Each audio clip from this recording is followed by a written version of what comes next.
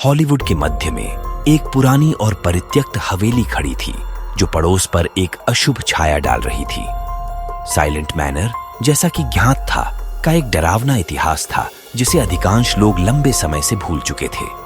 अफवाहें उड़ी कि एक प्रसिद्ध निर्देशक एक बार वहां रहता था जो अपनी फिल्मों के लिए सही चीख को कैद करने के जुनून में था। वह रहस्यमय तरीके से गायब हो गया और हवेली को उसके जुनून से कलंकित कर दिया। महत्वाकांक्षी निर्देशक एमिली के नेतृत्व में महत्वाकांक्षी फिल्म निर्माताओं के एक समूह ने जर्जर हवेली को अगली बड़ी हॉरर फिल्म बनाने के अवसर के रूप में देखा। स्थानीय लोगों की चेतावनियों को नजरअंदाज करते हुए वे हाथ में कैमरे लेकर हवेली में घुस गए, इसके भयानक माहौल को कैद करने के लिए उत्सुक थे। जैसे ही उन्होंने अपने उपकरण स्थापित किए, अजीब चीजें घटित होने लगीं। अस्पष्ट फुसफुसाहटें गलियारों में गूंज रही थीं और ठंडी हवाएं एक कमरे से दूसरे कमरे तक उनका पीछा कर रही थीं। एमिली ने इसे महज संयोग मानकर नजरअंदाज कर दिया और इन अजीब घटनाओं के लिए हवा और अपने स्वयं के व्यामोह को जिम्मेदार ठहराया। एक रात देर रात फुटेज की समीक्षा करते समय उनकी नजर बेसमेंट में एक छिपे हुए कमरे पर पड़ी। कमरा विचलित कर देने वाली कलाकृति और दीवारों पर बिखरे अजीब प्रतीकों से सजा हुआ था। केंद्र में उन्हें द परफेक्ट स्क्रीम लेबल वाली एक पुरानी फिल्म रील मिली। उत्सुकतावश उन्होंने एक प्रोजेक्टर लगाया और फिल्म देखी।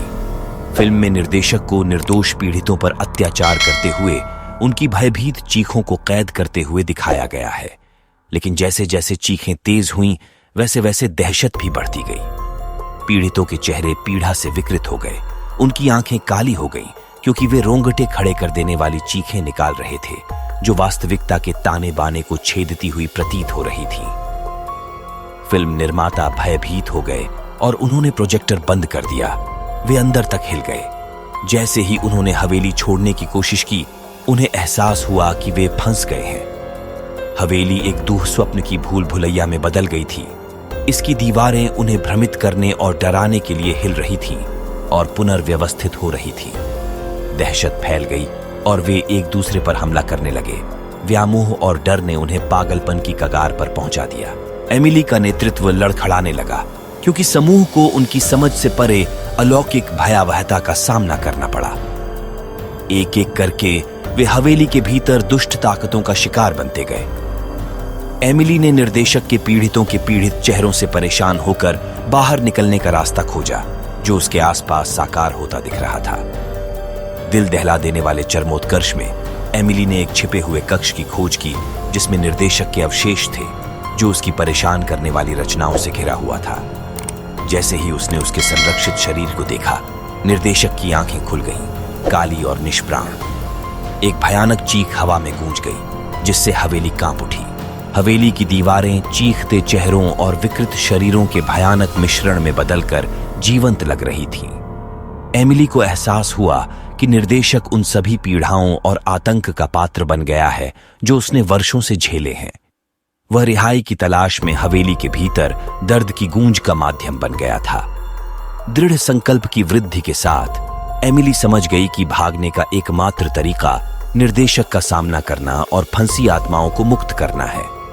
दिल दहला देने वाले चरमोत्कर्ष में उसने निर्देशक का सामना किया और अपनी खुद की एक शक्तिशाली चीख निकाली जिससे उसका सारा डर और हताशा दूर हो गई। निर्देशक का शरीर टेढ़ा होकर बिखर गया और वेदना भरी चीखों का शोर गूंजने लगा जिससे हवेली बुरी तरह हिल गई। दीवारें ढह गईं और एमिली चकाचौंध रोशनी में डूब गई। जब रोशनी कम हो गई तो एमिली ने खुद को हवेली के बाहर खड़ा पाया। वह अपने हतप्रभ और सदमे में डूबे क्रू सदस्यों से घिरी हुई थी। साइलेंट मैनर खंडहर में ढह गया था और द्वेषपूर्ण उपस्थिति चली गई थी। लेकिन जैसे ही वे मलबे से दूर चले गए, एमिली यह महसूस नहीं कर सकी कि कोई चीज उसके पीछे आ गई है। और जब उसने दर्पण में देखा तो उसे अपने पीछे एक काली आंखों वाले प्रतिबिंब की झलक मिली। साइलेंट मैनर की गूंज पूरी तरह से शांत नहीं हुई थी और दुःस्वप्न अभी खत्म नहीं हुआ था।